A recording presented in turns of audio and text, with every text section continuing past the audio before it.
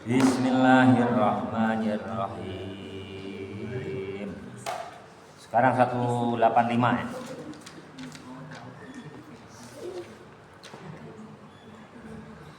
Itu yang halaman 26 itu. 3 dari bawah. A'udzubillahi minasyaitonirrajim. Syahrul Ramadan alladzi unzila fihi al-Qur'anu hudan lin-nasi wa bayyinatin minal huda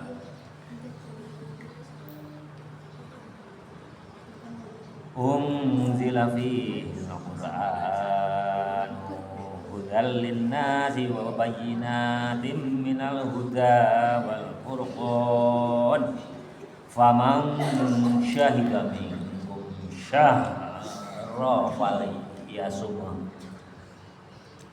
wa man kana maridan aw ala safarin fa'iddatun min ayyamin ukhra yuridullahu bikumul yusra wa la yuridu bikumul usra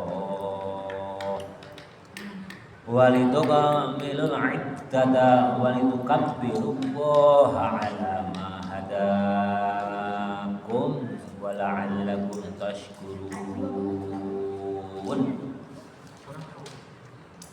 Bismillahirrahmanirrahim. Ayo disimak. Itu tuh yang Udah ketemu belum? Ayat berapa, Pak? 26, halaman 26 ayat 185. 264 dari bawah. Syahrul Ramadan. Bismillahirrahmanirrahim. Syahrul Ramadan, bulan Ramadan, alladzi unzila, yang diturunkan, fihi, di dalam bulan Ramadan, Al-Qur'anu, berupa kitab suci Al-Qur'an, minal lauhil mahfuzi, dari lauhil mahfuz, ilas samai, ke langit, ad-dunia, fi lailatul qadri, di malam Lailatul Qadar, minhu, dari bulan Ramadan.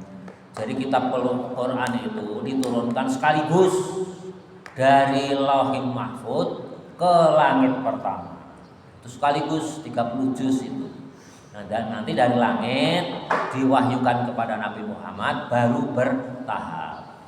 Jadi kalau diturunkan dari Lauhil Mahfuz itu sekaligus ke langit pertama, langitnya dunia istilahnya. Itu sekaligus 30 juz. Nah, nanti dari 30 juz itu baru sebagian-sebagian, ada yang per ayat, ada yang per surat, diberikan kepada Muhammad Rasulullah. Minal lauhil mahfuz, dari lauhil mahfuz, ilas sama'id dunya, ke langitnya dunia, fi lailatul qadri, di malam Lailatul Qadar, minhu, dari bulan Ramadan. Jadi Quran itu diturunkan ya dari Lauhil Mahfuz sekaligus itu juga bulan Ramadan. Diturunkan ke alam dunia dimulai dari bulan Ramadan. Hudan, sebagai petunjuk, halan, sebagai isim hal, hadian, artinya menjadi petunjuk. Hudan itu kan masdar. Masdar itu kata benda. Jadi nggak bisa ai bermakna hadian. Minad dolalati, petunjuk apa? Minad dolalati, dari kegelapan. Minad dolalati, dari kesesatan. Wal furqan, wal furqona, man, untuk orang. Jadi apa namanya? Loncat ya. Minad dolalati, dari kesesatan, linnasi, bagi manusia. Wa bayyinatin, dan keterangan, ayatin, wabayinatin, dan keterangan atau menjelaskan, ayatin, tanda-tanda, walihatin, yang jelas, Bayinat itu keterangan yang jelas, kayak yang jelas. Jadi Quran itu diturunkan sebagai petunjuk menjadi keterangan yang jelas. Diturunkan bulan Ramadan, minal huda, dari petunjuk, bima, dengan sesuatu, yahdi, yang menunjukkan, ilal haqqi, dari kebenaran, minal ahkami, dari beberapa hukum. Jadi Quran itu isinya kebenaran. Wa minal furqani, dan wa minal furqani, dan menjadi pemisah. Jadi Quran itu menjadi petunjuk, menjadi pemisah, mimma, dari sesuatu, yufarriqu, yang memisahkan, bainal haqqi, di antara barang yang hak, yang benar, wal batili, dan barang yang batil. Jadi Quran itu menjadi petunjuk, keterangan yang nyata, sekaligus menjadi pemisah antara yang hak dan yang benar. Contohnya ya, kalau menyembah pada Allah itu yang benar, menyembah pada berhala itu yang batil. Faman syahida, faman maka barang siapa syahida, yang menyaksikan, hadoro artinya hadir, berarti orang itu mengalami waktu ketemu dengan bulan Ramadan. Itu namanya hadir di bulan Ramadan, menyaksikan bulan Ramadan. Minkum, dari kamu sekalian, asyahro, bulan Ramadan, falyasumah, maka hendaklah kalian berpuasa. Falyasumhu, maka hendaklah berpuasa. Jadi kalau kalian ketemu bulan Ramadan, itu hukumnya wajib berpuasa. Falyasumhu, hu itu kembalinya ke bulan Ramadan. Hendaklah kalian berpuasa di bulan Ramadan tersebut. Waman kana, waman, dan orang, kana yang ada man, yang ada orang, maridon, dalam keadaan sakit. Kalau orang itu ketemu bulan Ramadan dalam keadaan sakit, aw ala safarin, atau dalam keadaan bepergian, fa'iddatun, maka hendaklah dihitung. Fa'iddatun, maka hendaklah dihitung atau diganti, min ayyamin ukhar, dari hari-hari yang lain. Dihitung itu maksudnya diganti. Fa'iddatun adda yu'iddu iddatan. Nah, jadi dihitung artinya kalau sakit bepergian gak puasa, fa'iddatun hendaklah diganti. Ai bermakna diganti. Min ayyamin ukhar, dari hari-hari yang lain. Makanya Allah menggunakan lafaz ayyamin ukhar itu tidak wajib sekaligus ganti. Setelah 2 Syawal ganti itu gak wajib. Yang penting di hari-hari yang lain sebelum bulan puasa berikutnya itu hadir kembali. Taqaddama, yang lalu, misluhu, sejenisnya. Ya, tinggal puasanya berapa hari. Kalau nggak puasa 3 hari ya diganti 3 hari. Nah, sedangkan yang dibayar fidyah itu kan orang yang sudah tua atau orang yang sakit udzur, tidak mungkin sembuh lagi, tidak mungkin puasa, melakukan puasa, itu diganti dengan fidyah. Kalau masih kuat puasa ya harus puasa. Masih muda bayar fidyah juga boleh, ya harus dibayar lagi dengan puasa. Taqaddama itu yang telah lalu, itu berarti ya kalau nggak puasanya 3 hari ya diganti 3 hari. Mislu wa qara'u, dan mengulang-ulang. Allah itu mengulang-ulang lafal ya. Yang di atas, yang 184 itu juga sama. Faman syahida minkum syahra falyasum. Ini diulang lagi. Faman syahida minkum syahra falyasum. 84, 85 itu diulang-ulang. Wa qaroru, dan mengulang-ulang Allah lafal faman syahida tadi ya. Faman syahida minkum syahra falyasum tadi diulang-ulang. li alla yatawahhama li alla yatawahhama agar dikarenakan supaya memahami, agar kalian semua itu paham. Makanya Allah mengulang-ulang untuk menerima perintah puasa tadi. Fal yasumhu itu diperintah puasa agar kalian memahami apa? Nasfuhu akan dinasihnya, dinasah. Nasah itu dihapus, nasfuhu li alla yatawahham agar memahami nasfuhu dihapusnya hukum puasa. Sedangkan yang sebelumnya ya awal-awal permulaan puasa diwajibkan itu kan boleh memilih bayar fidyah atau puasa, itu udah dihapus nggak berlaku, sehingga yang berlaku ayat berikutnya fal yasum hendaklah kalian berpuasa. Jadi wajibnya itu puasa, pilihan membayar fidyah udah dihapus, tapi puasanya itu yang diperintahkan. Nah, sedangkan yang bayar fidyah itu hanya tertentu orang yang sakit berkepanjangan yang nggak memungkinkan puasa lagi, atau orang tua yang mundur kalau puasa menyebabkan bahaya atas kesehatannya. Itu untuk memahami nasah itu berlaku hanya khusus fidyahnya di awal-awal bulan puasa. Bitamini untuk membuat umum, man orang syahidu yang menyaksikan bulan puasa.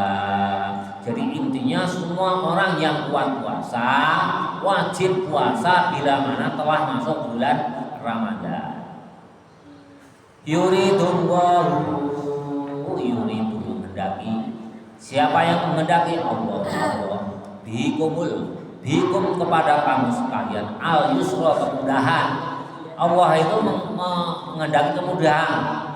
Wala yuridu, dan Allah tidak menghendaki bikum kepada kamu sekalian al usra, kesulitan. Jadi Allah itu menghendaki kemudahan, tidak menghendaki kesulitan. Nah, ayat ini ya, diturunkan khusus kaitannya dengan puasa, tapi berlaku untuk umum di semua perkara. Makanya ada jamak kosor ya, ini salah satu dalilnya ini. Allah itu menghendaki kemudahan, tidak menghendaki kesulitan. Ittaqullaha mastata'tum, takwalah kepada Allah semampu. Jadi tidak dipaksa, semampumu sendiri. Kalian harus berusaha ibadah semaksimal mungkin. Tapi kalau nggak mampu ya semampumu. Walidha, dan kemudahan abaha memperbolehkan lakum bagi kamu sekalian al-fitra, untuk tidak berpuasa, fil marodi bagi orang yang sakit, was-safaro, dan bagi orang yang bepergian. Nah, bepergian ini jaraknya adalah jarak 81 kilo ditempuh dengan perjalanan kuda, itu ukurannya. Wali kauni zalika, dan karena arahnya kemudahan fi makna illati, artinya di dalam maknanya sebab, aidon juga. Jadi maknanya sebab, ya sebabnya sakit, nggak sembuh lagi berarti fidyah. Kalau yang sembuh lagi kuat ya puasa. Aidon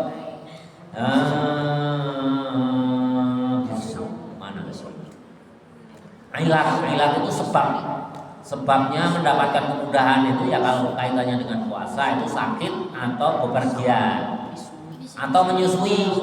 Ya menyusui juga boleh. Kalau dikhawatirkan ibunya nanti terganggu kesehatannya, atau dan anaknya juga terganggu kesehatannya, itu boleh tidak puasa, tapi wajib membayar dengan puasa kembali. Tapi kalau alasannya anaknya takut sakit yang dikandung, ya itu yang membayar fidyah juga membayar puasa.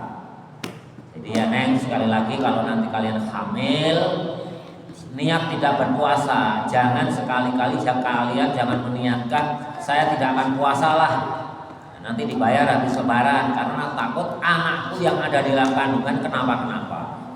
Karena kalau alasannya itu kalian dua hukum yang dikenakan, yakni membayar fidyah dan membayar hutang puasa. Tapi kalau alasannya kamu takut sakit, takut tidak kuat, itu hanya kewajibannya membayar puasa. Jadi kalau alasannya anaknya takut itu dua, tapi kalau alasannya ibunya yang takut sakit, itu hanya satu, membayar puasa. Kalau alasan dua-duanya takut anak yang dikandung atau ibunya sakit, ya berarti hanya satu, hanya membayar puasa. Begitu juga kalau menyusui. Kalau menyusui ya, orang kan macam-macam. Ada orang yang menyusui itu sedang menyusui itu bawaannya lemah ya, akhirnya diizinkan untuk tidak puasa, tapi wajib mengqadha. Aidon juga al-mala amiri al-mala manal illati aidan limala amiri, karena perintah bisaumi melaksanakan puasa, matfun karena malas alaihi atas orang. Melasi atfun itu kan, melasi itu menyayangi, atfun itu menyayangi. Jadi kalau sakit bepergian dibolehkan tidak puasa, itu artinya Allah menyayangi kepada hambanya. Walitakmilu, dan dalam kalian sempurnakan bitahfifi dengan dibaca ringan. Walitakmilu ringan, wa tasdidi dan dibaca tasdid boleh. Ini kiro asap. Bagaimana kalau dibaca tasdid? Tasdid itu artinya dibaca berat. Bacaannya bukan walitakmilu tapi walitukamilu. Jadi kalau kalian ada orang benar membaca walitakmilu dibaca walitukamilu, berarti boleh. Boleh ya. Walitakmilu itu dibaca ringan, tapi kalau dibaca berat dengan tasdid walitukamilu boleh. Ala iddata hitungan, ala iddata hitungan, ayat iddata artinya hitungan saumi Ramadan, puasa bulan Ramadan. Jadi hendaklah kalian menyempurnakan hitungan bulan Ramadan. Kalau umumnya ya, kebanyakan itu dulu zaman Rasul itu 5 sampai 10 tahun sekali puasa itu genap 30 hari. Tapi paling banyak itu 29 hari. Itu hitungan sempurna itu kalau nggak 29 ya 30. Tapi kalau di Indonesia yang berlaku sekarang kan hisab ya, kalau Muhammadiyah hisab. Tapi pemerintah Indonesia hisab juga dipergunakan, ru'yatul hilal juga dipergunakan. Sehingga kadang-kadang kalau ru'yatul hilal melihat tanggal, melihat bulannya nggak kelihatan, itu disempurnakan menjadi 30 hari. Jadi ada hitungan derajat. Kalau orang pemerintah itu minimal 1,6 sampai 2 derajat itu dianggap sempurna. Tapi kalau di bawah 1 derajat itu biasanya tidak sempurna. Maka disempurnakan menjadi 30. Jangan ngobrol, biar tahu hitungan sempurna puasa itu bagaimana. Jadi hitungan nanti kalian belajar ilmu falak, derajat ketinggian bulan itu derajat. NU pemerintah itu menetapkan standar tingginya minimal 1,6 derajat. Tapi kalau Muhammadiyah asal sudah nongol walaupun baru 0,3 derajat berarti sudah masuk bulan Syawal. Berarti puasanya 29 hari. NU pemerintah organisasi sosial yang lainnya menetapkan 1,6. Walaupun bulan itu sudah naik misalkan setengah derajat itu belum sempurna. Artinya harus disempurnakan, berarti 30 hari puasanya. Tapi kalau Muhammadiyah 0,3 derajat sudah masuk berarti Syawal, berarti puasanya 29 hari. Inilah yang menyebabkan perbedaan Lebaran itu atau puasanya itu tidak bareng, tidak bareng. Jadi standar minimal ya, derajat ketinggian bulan itu berbeda. Kalau pemerintah dengan organisasi lainnya menetapkan 1,6 derajat. Tapi kalau Muhammadiyah itu pokoknya yang penting masuk. Berapapun derajatnya, ya mau 0,1 atau 0,2, nah, itu udah masuk, berarti puasanya 29 hari. Makanya sering berbeda ya lebarannya antara Muhammadiyah dengan pemerintah. Ya nggak apa-apa, ini namanya keyakinan. Dua-duanya benar. Karena apa? Pakai dasar dan keyakinan. Dasar dan keyakinan. Kalau ya walaupun misalnya sekarang misalkan tahun 2000 itu berarti masuk abad berapa? 2000 abad berapa? 2200. Abad ke 20. Satu abad kan 100 tahun. Iya. Berarti abad 20. Kalau 2001? 21. Abad 21. Kalau 2090? Abad 21. 21. Inilah yang membedakan. Nah, kalau pemerintah, NU dan organisasi lainnya itu ya pokoknya harus 1,6 ya standarnya minimal. Nah, walaupun 2021 ya udah masuk abad 2000 abad ke 201 ya. Gitu. Abad 201. Nah, itu yang membedakan. Dua-duanya betul. Yang enggak betul yang mana ya, yang enggak puasa. Itu yang enggak betul. Bismillahirrahmanirrahim. Kalau wali takmilu sudah ya udah sempurna hitungannya. Wali takmilu iddata udah sempurna 29 atau 30 hari. Wali tukabbirullaha, maka hendaklah kalian bertakbir. Ya takbir ini perintah. Wali tukabbirullaha, hendaklah kalian bertakbir. Inda ikmaliha, ketika sudah sempurnanya bulan puasa. Takbir, dengerin ini takbir, ini ada aturannya takbir juga, kalian biar tahu. Kalau takbirnya Idul Fitri dimulai kapan? Kalau Idul Fitri mulainya kapan? Idul Fitri malam besok. Nah. Setelah malam takbiran. Setelah selesai puasa 29 atau 30 hari. Artinya begitu buka puasa di sanalah ini perintah. Perintah wali tukabbirullaha. Itu apa hukumnya? Ada yang memberikan hukum sunat muakkad, ada yang ketentuannya wajib. Jadi kalau nggak ada yang takbir sama sekali suatu kampung berarti dosa semua. Sunat muakkad, fardu kifayah. Tapi ada ulama yang berpendapat takbir itu wajib hukumnya bagi siapapun.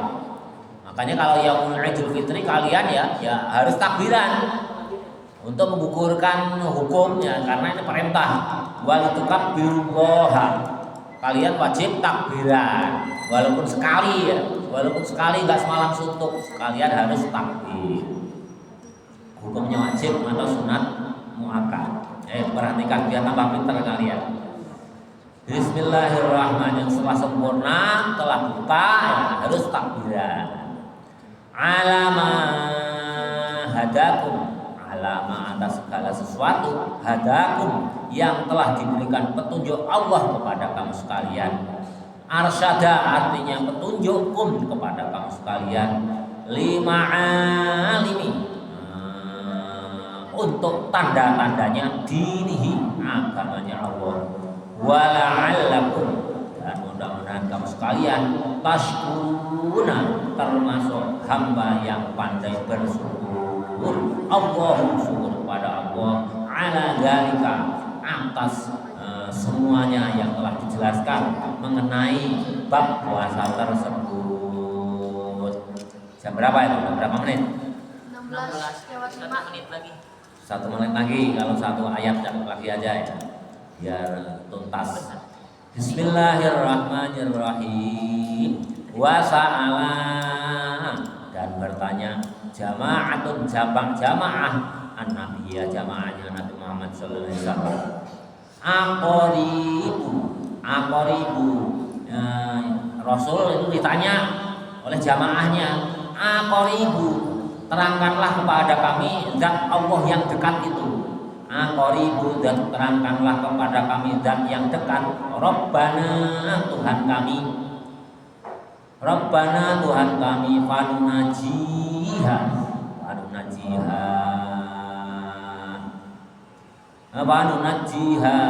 sehingga kami berbisik pada Tuhan. Munajat itu kan berbisik. Ya Rasul, terangkan bahwa Allah itu dekat, Tuhan kami itu dekat, sehingga kami harus berbisik kalau munajat. Fanunajiha, ketika kami bermunajat.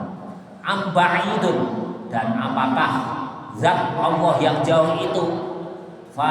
Fanunajiyahu, sehingga kami harus memanggil doa. Terangkan pada kami ya Allah, ya Rasul, bahwa Allah itu dekat, sehingga kalau munajat itu kita tidaklah bisik-bisik.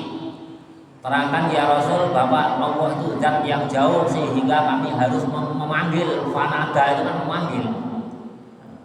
Doa itu keras ya, umumnya keras ya kalau di jamaah umum. Apakah Allah itu jauh? Fanazala, maka turunlah ayat Quran ini. Wa idza sa'alaka 'ibadi 'anni fa inni qarib ujibu da'watad da'i idza da'ani fal yastajibu li wal yu'minu bi la'allahum yarshudun. Nah, asbabun nuzulnya itu ada sahabat Rasul yang tanya, terangkan zat Allah itu kok dekat sehingga kalau kami munajat itu bisik-bisik. Terangkan kepada kami Allah itu zat yang jauh sehingga kami harus memanggil kalau berdoa. Lantas Allah menurunkan ayat ini. Wa idza sa'alaka, dan tatkala ditanyakan kepadamu wahai Muhammad, ibadi, dari hambaku, anni, tentang diriku Allah, fa inni qaribun, fa inni, maka sesungguhnya aku Allah qaribun, dekat. Jadi ini salah satu ayat yang membatalkan pendapat bahwa Ar-Rahmanu 'arsyistawa. Ar-Rahmanu 'alal 'arsyistawa. Allah itu bersinggasana di atas arsy. Padahal atas arsy itu jauh. Ya. Kalau singgasana berarti perlu porsi. Arsy itu jauh. Artinya apa? Ar-Rahmanu 'alal 'arsyistawa. Allah itu bersinggasana di atas kekuasaannya. Ya. Allah itu dekat. Kalau ada yang tanya, Muhammad, hambaku, kalau ada yang tanya, Allah itu dekat. Minhum, dari kamu sekalian. Dekat dari kamu sekalian itu. Maknanya dekat itu apa? Nah, kalau kalian nggak memahami, makanya perlu kalian memperhatikan itu. Maknanya apa Allah itu dekat? Maka Imam Suyuti memberikan penjelasan kita bi'ilmi, dengan pengetahuannya Allah. Allah itu dekat itu bukan berarti kalau kita sujud di bawah sajadah itu enggak. Kalau kita duduk di depan kita atau di belakang kita itu enggak, tapi bi'ilmi, dengan pemahataunya Allah, dengan maha kuasanya Allah, dengan maha mendengarnya Allah, dengan maha melihatnya Allah. Jadi Allah itu setiap tingkah pola kita, Allah itu memahami, tahu kebutuhan kita, Allah tahu. Itu namanya bi'ilmi, dengan pengetahuan Allah yang maha luas, maha segala-galanya. Dekat itu berarti bukan kalau kita sujud di bawah sajadah itu enggak. Kita itu dimanapun tempat Allah mengetahui. Dimanapun tempat Allah mengetahui kebutuhan kita. Itu bi'ilmi.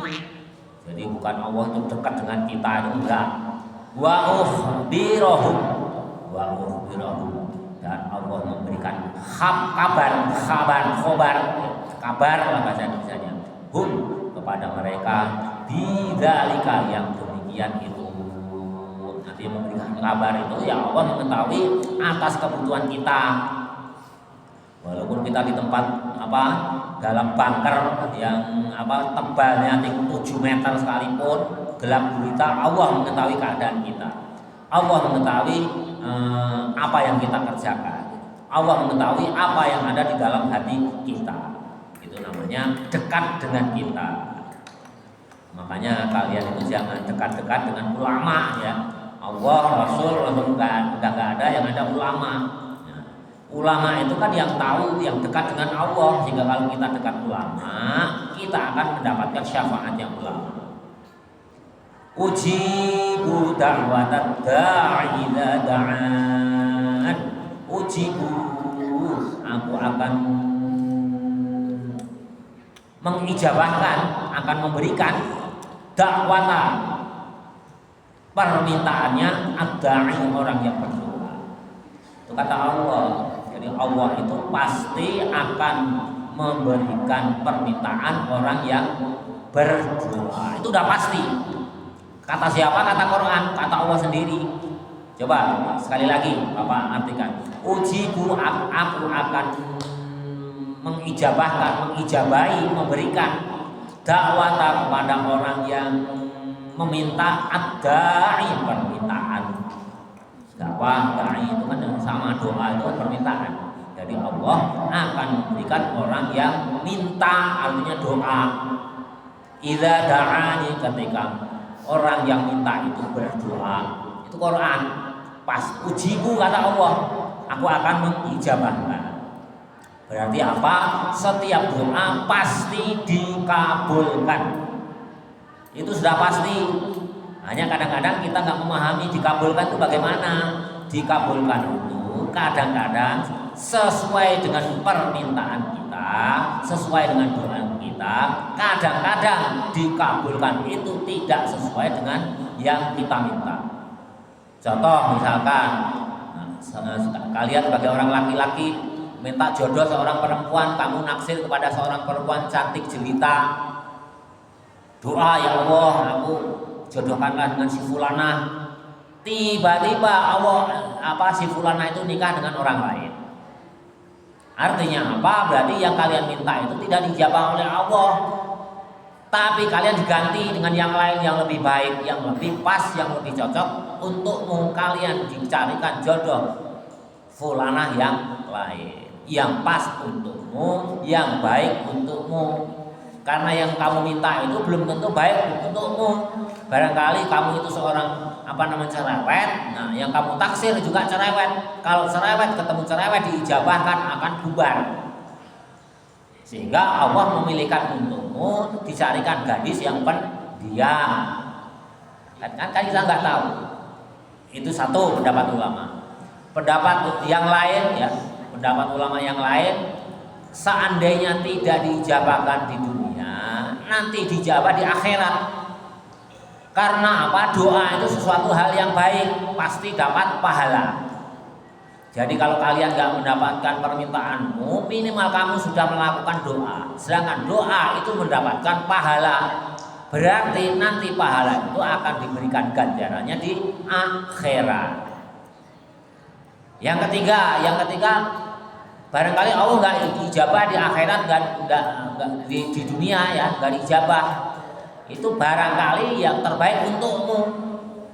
Misalnya kamu berdoa minta mobil, minta mobil, ya Allah beri rezeki aku yang banyak supaya aku terbeli mobil. Allah di alam dunia nggak mengabulkan permintaanmu, kamu hanya ditakdir hanya mampu membeli motor. Itu yang terbaik untukmu. Karena apa? Seandainya kamu ditakdir oleh Allah mampu membeli mobil seperti permintaanmu, mobil itu tidak akan membawa keberkahan. Mungkin kamu bertindak maksiat karena nggak kuat imanmu, nggak kuat menjaga hawa nafsumu, itu sehingga berbuat maksiat dengan mobil. Tapi kalau dengan motor kamu tidak bisa berbuat maksiat. Ya macam-macam. Tapi hakikatnya setiap doa pasti akan dibalas oleh Allah. Paling tidak nanti di akhirat. Karena doa itu kan sesuatu yang baik, ada pahalanya. Sedangkan yang kita minta itu belum tentu langsung diberikan. Kadang ditunda ya, nggak sekarang ya nanti. kadang nggak di dunia tapi di akhirat. Tapi intinya setiap doa itu di Quran pasti diijabah, dikabulkan oleh Allah ketika kamu berdoa. Dikit lagi, binalatihi, dengan ketika binalatihi akan mendapatkan sesuatu yang ia dapatkan ketika berdoa. Masalah binalatihi akan mendapatkan sesuatu pada man orang yang berdoa sesuatu sa'ala yang dia minta. Falyastajibu maka agar diterima mereka diriku, doanya akan diterima diriku. Ini kembalinya siapa? Doa itu akan dikabulkan oleh Allah. Da'i, orang yang minta kepadaku, bitto'ati, dengan taat, dan jadi syaratnya doa itu diterima oleh Allah. Falyastajibuli, itu syaratnya diterima oleh Allah itu orang yang minta itu harus dalam keadaan taat. Apa artinya taat itu? Takwa. Apa artinya takwa? Melaksanakan segala sesuatu perintahnya, menjauhi semua larangannya. Itulah syarat mutlak doa itu dikabulkan oleh Allah. Nah, kalau kalian berdoa selama ini belum dikabulkan oleh Allah, ya introspeksi. Apakah benar sudah taat dengan benar atau belum? Wallahu a'lam bishawab.